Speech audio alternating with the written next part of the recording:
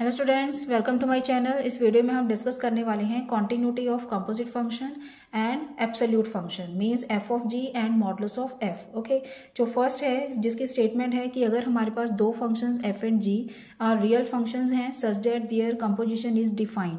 Composition is defined का meaning है कि एफ ऑफ जी जैसे हम कह रहे हैं कि इज डिफाइंड, तो डिफाइन का मीनिंग है कि range of G function should be subset of domain of function F. Okay, तो इसको हम बोलते हैं defined function.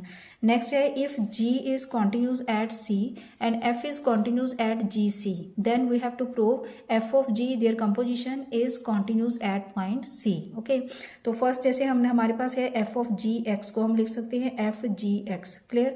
Then since G is continuous at C, देखिए अगर कंपोजिशन ऑफ फंक्शंस में अगर आपको कंफ्यूजन है तो मैं इसके का लिंक डिस्क्रिप्शन बॉक्स में दे दूंगी, तो वहां जाकर वीडियो देख सकते हैं आप। ओके, पूरी डिटेल्ड वीडियो है, पूरा डिटेल में बताया हुआ है वहाँ की कैसे इसकी कंपोजिशन निकालनी है फंक्शंस की, कैसे उनको वन वन प्रूव करना है और जितना भी उसमें रिजल्ट है। Okay, now then since G is continuous at C, so इसकी डेफिनेशन ऑफ कॉन्टिन्यूस फंक्शन के अकॉर्डिंग हमने लगा लिया। So limit X tend to C G X is equal to G C. Okay, and next है F is continuous at G C, तो हमने लिख लिया लिमिट वाई टेंड्स टू, क्योंकि पहले एक्स टेंड टू लिखा हुआ है हमने, so Y tends to G C लिख लिया।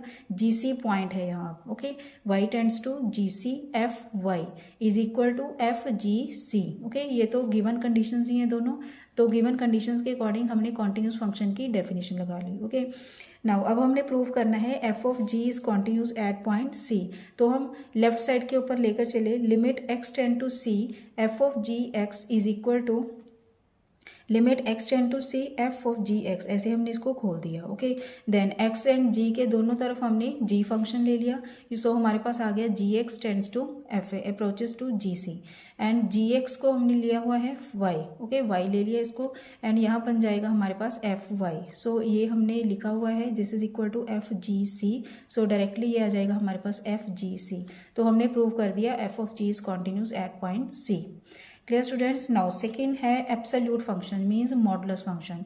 देखिए इसको कैसे प्रूव करना है, क्योंकि मॉडुलस फंक्शन की डेफिनेशन है modulus of F X is equal to modulus of F X for all X in domain of F. Okay, क्योंकि मॉडुलस फंक्शन की डोमेन क्या होती है, set of all real numbers. Clear.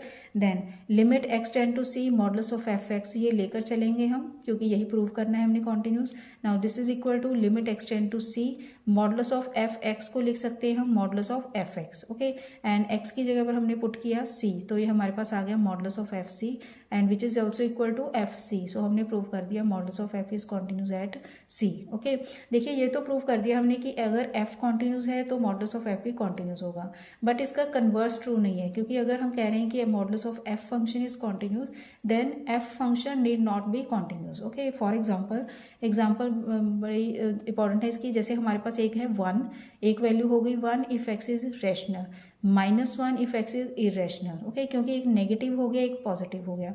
अगर तो हम इसका मॉडुलस लेंगे तो हमारे पास सिर्फ एक वैल्यू आएगी, दिस इज 1। ओके, सो अगर एक ही वैल्यू होगी एक ही पॉइंट के ऊपर तो हमारे पास क्या होगा, वो फंक्शन कॉन्टिन्यूस। तो मॉडुलस ऑफ एफ तो कॉन्टिन्यूस हो गया, बट जो फंक्शन एफ है इसकी दो डिफरेंट वैल्यूज आ गई, एक 1 हो गई एक -1 हो गई, तो डिफरेंट केसेस के लिए इसकी डिफरेंट वैल्यूज आ गई, so this will be discontinuous. Clear students, I hope आपको ये समझ आ गए होंगे दोनों F of G and modulus of F को कैसे हमने प्रूव करना है, and this will be very helpful for you. अगर कोई भी और प्रॉब्लम हो तो कमेंट बॉक्स में भी जाकर पूछ सकती हैं आप, तो उसके ऊपर भी मैं वीडियो बना दूंगी। थैंक्स फॉर वॉचिंग, खुश रहिए, पॉजिटिव रहिए।